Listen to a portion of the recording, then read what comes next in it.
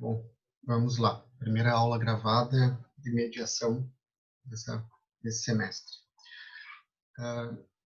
Eu não tratei com vocês sobre a bibliografia complementar. Tem a bibliografia básica, boa parte da bibliografia básica está lá no sistema acadêmico. Já coloquei os PDFs, tudo certinho, tem alguns artigos também.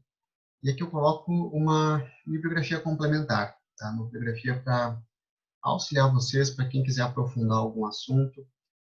E tem bastante coisa, tem muita coisa que está aqui que eu tenho. Na verdade, todos esses materiais aqui eu tenho. Geralmente eu oferecia isso, né, para trazer, eu levava na aula, emprestava. Inclusive, tem um desses que está emprestado com um aluno agora que eu me lembrei. Eu acho que está emprestado ainda. Esses dois manuais aqui, um deles eu já enviei também para vocês, o Manual de Mediação do CNJ. Ele é complementar porque ele não está no plano de ensino, mas ele tem todo o conteúdo. Ele é um material bem básico, livre acesso, tá? Do CNJ, então vocês podem acessar ali, só clicar no link. Eu sempre começo essa disciplina também passando um texto para vocês, e eu vou passar esse texto, vou enviar pelo sistema, e a partir do texto que eu enviar, dessa sentença que eu vou enviar para vocês, eu quero que vocês pensem na resposta a essas perguntas. O que é acesso à justiça? Se o acesso ao judiciário pode e deve ser limitado? Qual é o parâmetro para limitar o acesso e quanto custa um processo? Vocês vão ver que na sentença, é uma sentença bem peculiar.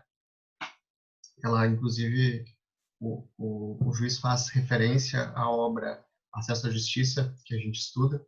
Então, dê uma olhada e na aula online a gente conversa sobre isso. Certo?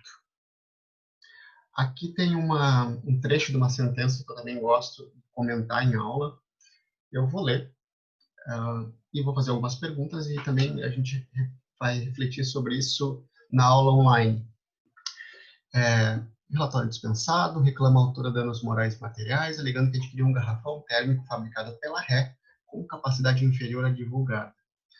A autora adquiriu um garrafão de plástico e descobriu que supostamente ele tem capacidade para apenas 4 litros em vez dos 5 anunciados. Ele disse, pouco me importa se tem ou não, disse que o custo do equipamento foi de R$ 36,90 e pede para a autora comparecer ao gabinete que ele vai entregar R$ 50 do bolso dele para a autora. Conversamos na aula online sobre o que vocês acham sobre essa sentença, sobre o cumprimento do papel do juiz quando sentenciou dessa forma, sobre a pessoa ajuizar uma ação em razão de algo que tem um preço muito pequeno, realmente, considerando o custo do judiciário, e também para vocês pensarem em que alternativas a pessoa tem que não são do judiciário, que não são o judiciário, e tentem pensar também se essa pessoa tem conhecimento sobre a existência desses outros meios que talvez vocês tenham pensado. Poderia ter feito isso, poderia ter feito aquilo. Pensem sobre o acesso à informação que as pessoas têm e sobre a diferença entre preço e valor. Eu quase falei, a gente tem o hábito de falar um valor tão baixo, né? R$ 36 é um valor baixo. Então pensem sobre a distinção entre preço e valor. São coisas distintas. E para a gente é muito relevante isso. Quando a gente trata de negociação, vocês vão ver o quão é relevante essa distinção entre preço e valor. Bom, então, novamente, para vocês refletirem, eu sempre pergunto, né, se o juiz deve ser imparcial ou ele deve, de alguma forma, tentar equilibrar as distinções entre as partes. As partes têm situações de desigualdade material enorme, né? Enorme. Então, reflitam sobre isso e também conversamos na aula online sobre o que vocês acham sobre isso. O Jack está revoltado ali. Talvez ele esteja revoltado com essa situação aqui. Essa situação também é bem peculiar. Um juiz adiou uma audiência porque lavrador usava chinelos, né? E esse juiz depois foi condenado a pagar R$ 12.000. O lavrador ajuizou uma ação indenizatória contra o Estado, e o Estado, numa regressiva ou num processo administrativo regressivo, cobrou do juiz, né? Era uma audiência trabalhista, um lavrador compareceu a essa audiência trabalhista de chinelos. Nós temos visto isso recorrentemente, principalmente agora, né, que nós estamos fazendo audiências online, sustentação online. Agora há pouco teve um ato de um desembargador que considerou reprovável a vestimenta do advogado para sustentar oralmente em casa. Ele estava em casa, em seu escritório, enfim, uma sala, e estava usando uma camisa. E o desembargador estava com seu terno, vestido, né, vestido de forma formal, e ele considerou que não é porque estavam no ambiente em casa que as pessoas poderiam se vestir do que ele considerava qualquer forma. Por outro lado, talvez vocês tenham visto também recentemente um advogado de uma reclamante, num recurso também, acho que era uma sustentação oral também, se salvo engano, que estava deitado numa rede. E não houve nenhuma menção disso pelos desembargadores, ou pelo juiz. Acredito que eram desembargadores, acho que era um recurso. Então, é importante a gente refletir sobre as formas, sobre a formalidade. Eu, por exemplo, em aulas presenciais, jamais fui vestindo uma camiseta. Hoje, eu estou vestindo uma camiseta, eu estou em casa, estou dando aula, mas eu estou em casa. Eu não me sinto, não acho que seja problemático eu estar vestido dessa forma, porque mal aparece o meu rosto, né? E eu tenho certeza que o conhecimento que vai chegar para vocês independe da minha roupa. Mas claro que existe uma formalidade em certos ambientes, que existe uma importância. A questão é, as partes têm conhecimento sobre isso? Eu também sempre comento em aula que eu já cansei de fazer audiência trabalhista usando camisa polo. Eu dou aula de camisa polo, né? Aula presencial, mais uma vez, calça jeans, camisa polo. Eu já fiz audiência trabalhista com camisa polo. 90% das audiências que eu fiz na minha vida, eu estava de calça jeans e camisa, blazer, se tivesse frio. Se não tivesse frio, sem blazer. Porque o dia a dia de quem faz audiências, de quem está sempre fora, não é necessariamente formal, salvo exigências. Vou fazer uma sustentação, existe um código que está estabelecido, um dress code que estabelece que a gente tem que estar com uma certa roupa. Como o desembargador, acho que foi no Paraná, disse para o advogado que ele também deveria usar essa mesma roupa em casa. TJ no Rio Grande do Sul, por exemplo, eu me recordo de fazer uma sustentação oral e o advogado comparecia sem gravata. E o que aconteceu? O ajudante, a pessoa que estava ajudando ali, colocando a toga, tinha uma gravata guardada para essa situação. O próprio tribunal fornecia, ou seja, acontece e o tribunal resolve a situação, não cria um problema maior. E não se nega acesso a uma pessoa porque um lavrador, principalmente porque está de chinelo. Então, existe um descompasso, muitas vezes, entre um afastamento, um desligamento da realidade. Que, se vocês têm parentes, se vocês vêm do campo, eventualmente, vocês sabem que usar chinelos é absolutamente natural em qualquer situação para quem trabalha na roça. Não é um desrespeito, não é um vestimento formal ou informal. É o que se usa, é a regra. Então, nem se cogita que um lavrador, para acessar a justiça do trabalho, tem que usar uma roupa diferente disso. E o detalhe é que o juiz cancelou a audiência e, no pedido de desculpas, ele, quando foi remarcada a audiência, ele disse que reconheceu que tinha errado e ele levou um par de sapatos com pedido de desculpa. Então, reflita um pouco sobre isso. O que é efetivamente acesso à justiça? E a quem é dado acesso à justiça e o que se exige para ter acesso à justiça? Se funciona na tela. Tá, funciona. Bom, então quanto custa um processo? Quais são os custos de um processo? E aí a gente tem que pensar um pouquinho fora da caixa. Quais são os custos que naturalmente viriam à cabeça? Bom, eu tenho que contratar um advogado, eu vou ter que pagar custas judiciais, pelo jeito eu não vou poder ir de chinelo na audiência, então eu vou ter que comprar um sapato se eu não tenho, eu vou ter que me deslocar até um fórum, então tem algum custo, né? Todo mundo tem essa ideia de que o judiciário ele é massivamente utilizado no juizado especial e que massivamente, quando não há no juizado, as pessoas têm assistência judiciária gratuita. Então, é gratuito. Ninguém paga nada. Aconteceu alguma coisa com o meu teclado. Bom, nós temos os custos do judiciário, as custas judiciais propriamente ditas, honorários advocatícios, riscos de sucumbência. A gente tem que calcular o risco. Né? Existe um risco em ajuizar uma ação. Garantias ao juízo, dependendo do tipo de ação, tem que garantir o juízo. Né? Uma execução fiscal, um recurso trabalhista, eventualmente eu vou ter que oferecer garantias para poder ter acesso, para poder discutir uma questão. Quanto custa o judiciário brasileiro? O judiciário brasileiro custa aproximadamente 1,5%, 1,4% do PIB. Só o judiciário. Então, o produto interno bruto, ele é 1,5%, ele vai para o judiciário. Vejam, nós temos outras instituições para que a máquina justiça, né, acesso à jurisdição funcione.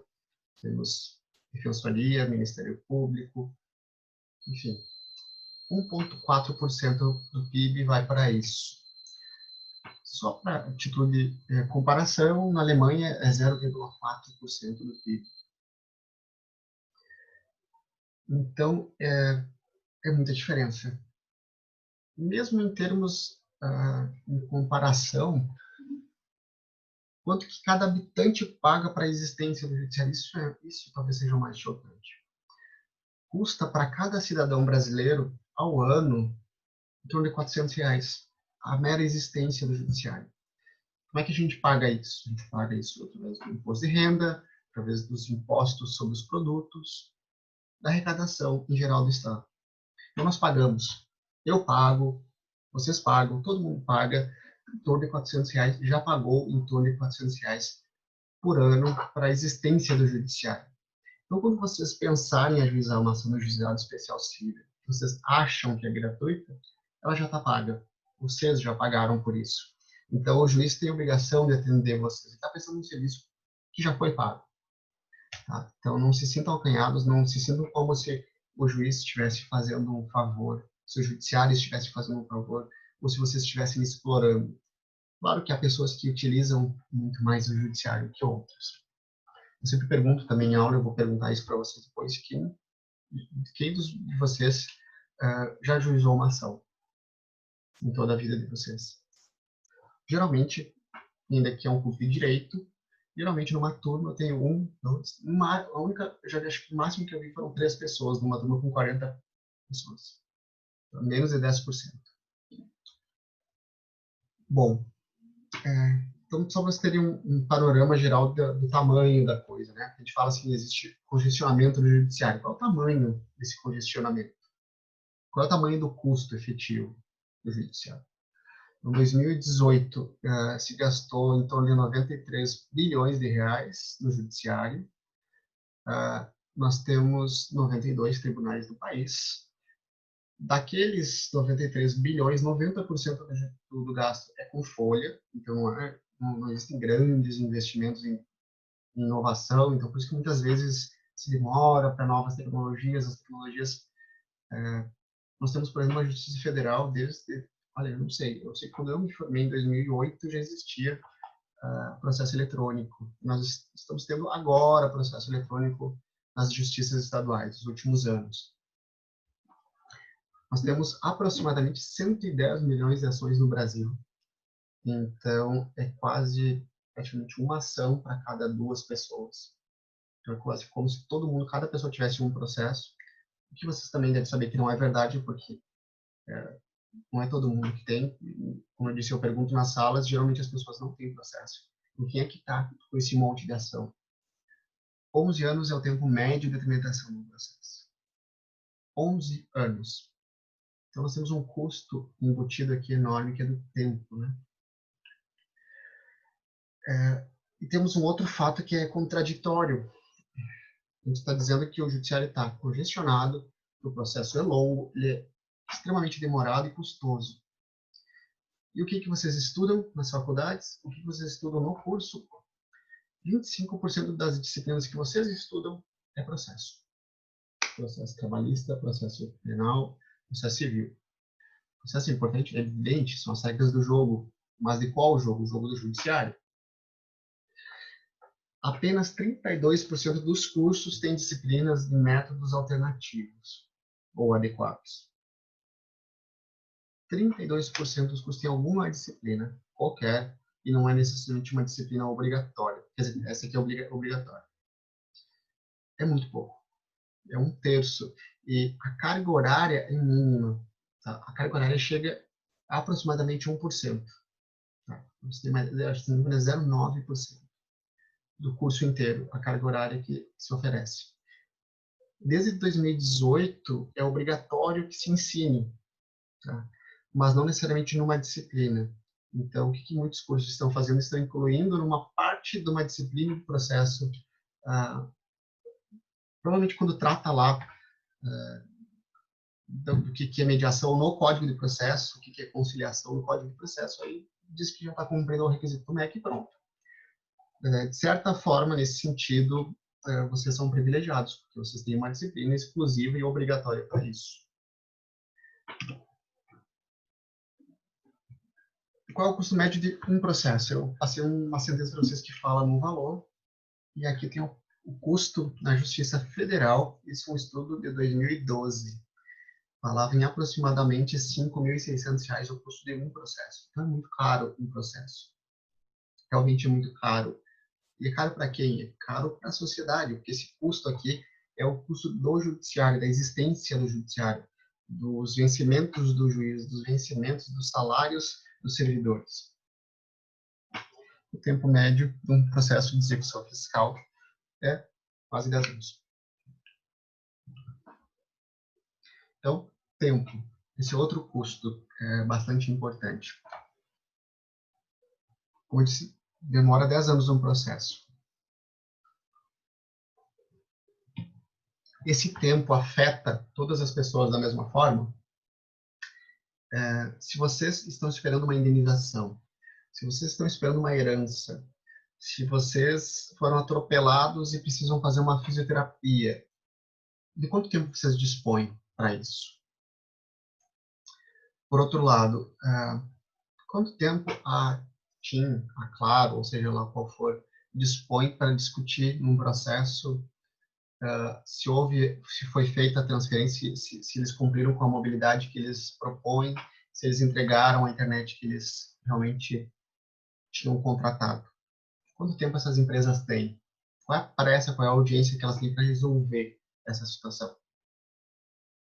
Então, o tempo, ele atinge as pessoas em situações diferentes de forma muito, muito, muito diferente. Isso vocês têm que pensar quando vocês estiverem com um cliente na frente de vocês. Será que não seria correto explicar para um cliente que um processo pode demorar 10 anos? O tempo médio é evidente que ele muda de acordo com o tipo de questão. E a gente é muito acostumado a dizer depende, né? Quanto tempo demora um processo? O cliente pergunta muito isso. Quanto tempo demora para conseguir uma liminar? Quanto tempo demora para ter uma sentença? Quanto tempo demora para eu receber efetivamente o que eu tenho direito? E a gente costuma dizer depende da situação, depende do juiz, depende se vai chover. Vocês podem dizer, demora em média 10 anos um processo. Isso é um fato, isso é um dado. Então, isso não depende. Claro que vai depender da situação em concreto, mas vocês podem oferecer uma informação. Se vocês oferecessem essa informação para todos os clientes, quantos clientes iriam querer efetivamente ajuizar uma ação ou tentar resolver de outra forma? Esse tipo de pensamento que eu quero que vocês consigam ter no final da disciplina. Que existem alternativas. e que essas alternativas não são perfumaria, e que elas não são bonitinhas, não é para fazer o bem necessariamente para a coletividade, mas pensando efetivamente no dever que vocês vão ter enquanto profissionais de orientar um cliente, de orientar ele da melhor forma possível, dar o melhor posicionamento, de dar informação completa para ele. Uma outra coisa que não se fala, mas que certamente pesa muito, é o custo psicológico do processo. É muito angustiante ser autor e não saber se vai ter um direito deferido. É terrivelmente angustiante ser réu num processo e não saber se vai perder bens, se vai perder dinheiro, se vai ter que pagar. É muito angustiante. Então, existe um custo psicológico muito grande. É uma informação que provavelmente vocês sabem, as pessoas não costumam confiar muito em advogados. As pessoas não confiam também muito em processos administrativos. Será que as pessoas confiam no judiciário? Quais são as instituições mais confiáveis no Brasil? Bom, tem um estudo que foi feito pelo IPEA, que ele é feito recorrentemente. Eu não tenho atualizado esse estudo, não encontrei ele atualizado, mas é um índice de confiança nas instituições. E as instituições, isso aqui é 2015, né? 2014 e 2015. Quais são as instituições mais confiáveis? Forças Armadas, 67% das pessoas confiam nas Forças Armadas. Igreja Católica, Ministério Público, já cai para 43% ali. Imprensa escrita, grandes empresas, emissoras de TV, polícia, e aí entra o Poder Judiciário. Poder Judiciário, depois o Governo Federal. Vocês podem ver que o Governo Federal ele tinha um índice de confiança de 29% em 2014 e ele caiu para 17% em 2015. Logo em seguida teve o impeachment.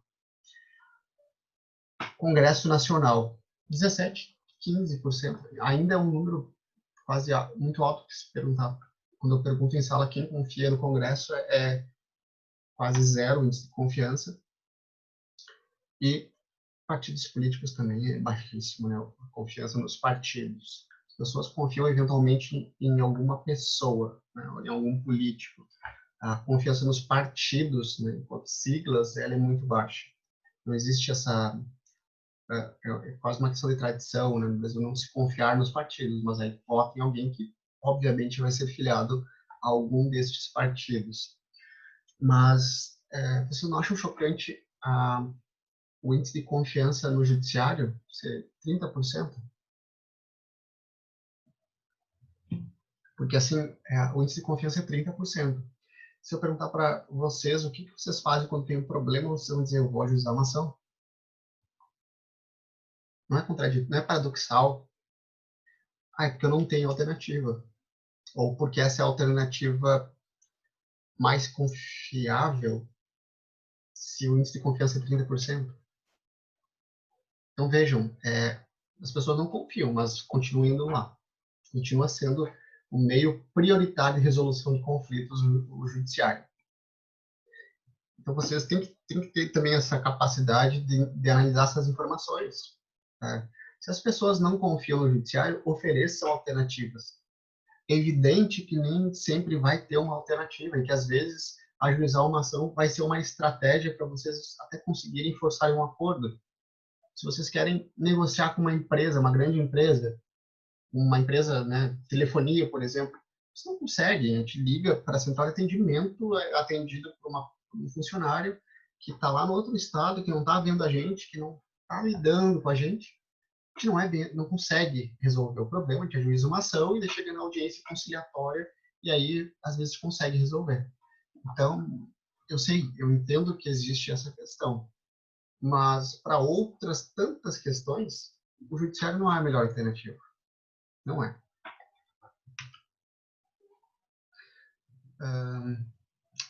Aqui está o índice atualizado. Eu tinha esquecido que eu tinha colocado o índice atualizado, perdão. Não muda quase nada, só cai um pouco o índice de confiança em todas as instituições. Isso é de 2017. Outras conclusões desse mesmo estudo.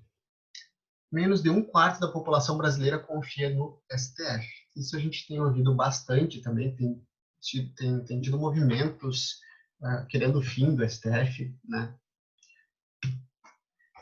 O judiciário é lento, caro e difícil de utilizar. Isso é uma outra conclusão. Mais de metade da população acredita que os juízes e os policiais são honestos. Vejam, as pessoas não confiam no judiciário, não confiam no STF, mas confiam nas pessoas. Interessante, novamente, né? Eu não confio na instituição, mas eu confio nas pessoas. Então, o problema não são as pessoas, o problema são as instituições que são viciadas, pelo menos essa é a percepção das pessoas. Por fim, apesar da má avaliação do judiciário, os entrevistados não reconhecem como instituição capaz de solucionar seus conflitos. Novamente, a questão da contradição, né? Do paradoxo. As pessoas entendem que ele é lento, que não dá para confiar no judiciário, mas confiam nas pessoas. E confiam, na verdade, que ele é o meio para resolver os seus conflitos. É um pouquinho difícil, né? Um pouquinho difícil, mas é interessante quando a gente vê como as pessoas percebem as coisas, porque a gente pode usar isso para explicar melhor os fenômenos, né? Até para direcionar o nosso trabalho. Um outro custo, além do custo financeiro, do custo psicológico, do custo de tempo, custo conhecimento. Que direitos eu tenho? Que direitos as pessoas têm? Quem é que conhece os seus direitos? Quem é que conhece toda a legislação? Quantas normas são editadas por dia no Brasil? Você tem noção? Aproximadamente 800 normas editadas por dia em todo o Brasil. É possível conhecer tudo? É evidente que não. Isso aqui é um apanhado. Um dia que eu abri o meu e-mail no Jus Brasil, peguei algumas perguntas aleatórias. As pessoas não sabem. Tá? Gostaria de saber se existe a gratuidade na emissão da segunda via do documentos roubados. Ganhei por direito o remédio do Estado, então a pessoa ganhou remédio de alto custo, mas o Estado não está entregando. O que eu faço? O Estado tem o dever de nomear os candidatos classificados em concurso ou pode chamar só alguns? Tem aqui uma outra pergunta que provavelmente foi feita por um estudante de direito. Se um jovem que cursa a faculdade de Direito está na 9ª fase é aprovado em concurso público para o curso de afirmação de oficiais da Polícia Militar, com duração de 2 anos, existe a possibilidade de entrar com mandado de segurança para ser nomeado e cursar a faculdade e o curso ao mesmo tempo? Obrigado. Então, aqui a gente tem alguém que já tem uma formação, que já fez um concurso e mesmo assim tem dúvidas. As pessoas não sabem se tem ou não tem direitos. Não sabem nem onde buscar. Eu vou pedir para vocês abrirem um videozinho aqui. Também a gente conversa na aula online sobre este vídeo. A quem que pode ser atribuída essa crise do judiciário? Litigantes habituais ou litigantes eventuais? Eu também sempre peço para os alunos abrirem, pesquisarem no Google que texto que aparece quando elas escrevem litigante habitual. E geralmente o texto que aparece é esse do Conjura aqui, ele aparece na primeira página. Jurisprudência tem mudado para combater litigantes habituais. E o que são os litigantes habituais ali no texto? Leiam o texto e depois vocês vão ver o que o texto fala de litigante habitual e o que a doutrina fala que é um litigante habitual. Porque o litigante habitual é a pessoa, é a senhorinha que processa o banco, tem 20 processos contra um banco. O que a doutrina caracteriza, então, como litigante habitual? Aquela pessoa que tem maior experiência com direito, economia de escala, perde um processo, ganha outro, então eu posso testar estratégias, tem relações com as instâncias decisoras, não é aquela pessoa aquele advogado que tem acesso ao gabinete do desembargador, que vai lá tomar um café com o desembargador para discutir o processo, que é atendido a qualquer momento, que é conhecido no cartório. É evidente que, em tese, todo mundo tem acesso ao juiz, pode ter acesso. Eu tive dezenas de vezes acesso a juiz, acesso a gabinete, despachei com o juiz, fui muito bem atendido. Mas entendam que eu estou falando de outra coisa, tá? Eu estou falando de quem tem influência, tá? Influência efetiva, está nos mesmos congressos, está nos mesmos locais, convive, compartilha informações, tem acesso ao STJ, ao STF. Não é qualquer um, né, que tem acesso a isso. Quem é o litigante eventual? O litigante eventual são vocês, sou eu. A grande maioria das pessoas, né, que vocês conhecem são litigantes eventuais. São pessoas que têm 1, 2, 3, 10 processos na vida. E o que a doutrina aponta como a possibilidade dos litigantes habituais para fazer frente a esses litigantes, perdão, aos litigantes eventuais para fazer frente aos litigantes habituais? Se unir. Se unir. Sozinho, individualmente, é muito difícil discutir com o seu empregador, discutir com uma grande empresa, discutir alguma coisa com a prefeitura sobre o seu bairro, né? Então, organização civil. E quem são os maiores litigantes do Brasil? Eu acho que essa pergunta, geralmente as pessoas pensam nas telefônicas, nos bancos até, eu acho que é mais adequado pensar. Né? Crédito e telefone. Basicamente, o maior litigante de todos no conjunto é o Estado, é o próprio Estado. É o legislativo, que cria problemas, é o executivo, que cria problemas, é a administração pública, que cria problemas, entraves e gera necessidade de discussão no judiciário. Então, o próprio Estado cria problemas que ele mesmo tem que resolver depois. A gente tem a lista, essa é uma listagem dos 100 maiores litigantes, a gente tem a INSS, com os maiores litígios, Caixa, Fazenda, União, Banco do Brasil.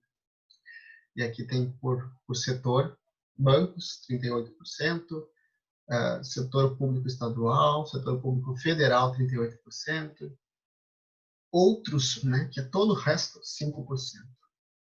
Então, quando falam em crise do judiciário, congestionamento judiciário, o problema não é da senhorinha lá que vai discutir um galão térmico, não é do juizado especial da cidade de vocês que tem muito processo, não é isso, não são essas pessoas as responsáveis pelo congestionamento e muitas vezes é visto assim pela sociedade, né?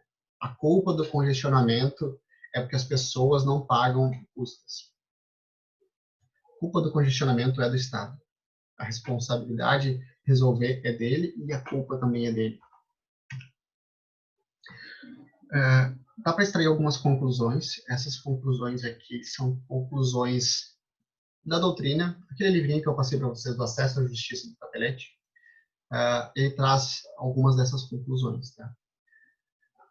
Os obstáculos ao acesso são maiores para as pequenas causas e para os autores individuais, evidentemente. Então, se vocês querem ajuizar uma ação, é muito mais difícil, vocês têm que ter acesso à informação. Vocês são, né, são estudantes de direito ainda. Mas tem que ter um advogado, tem que pagar custas, é complicado. Os obstáculos são de ordem econômica, psicológica, temporal e conhecimento. Existe um incentivo para os litigantes habituais usarem a máquina do judiciário. Então, eles são os maiores litigantes, o Estado, como eu disse, é o maior litigante.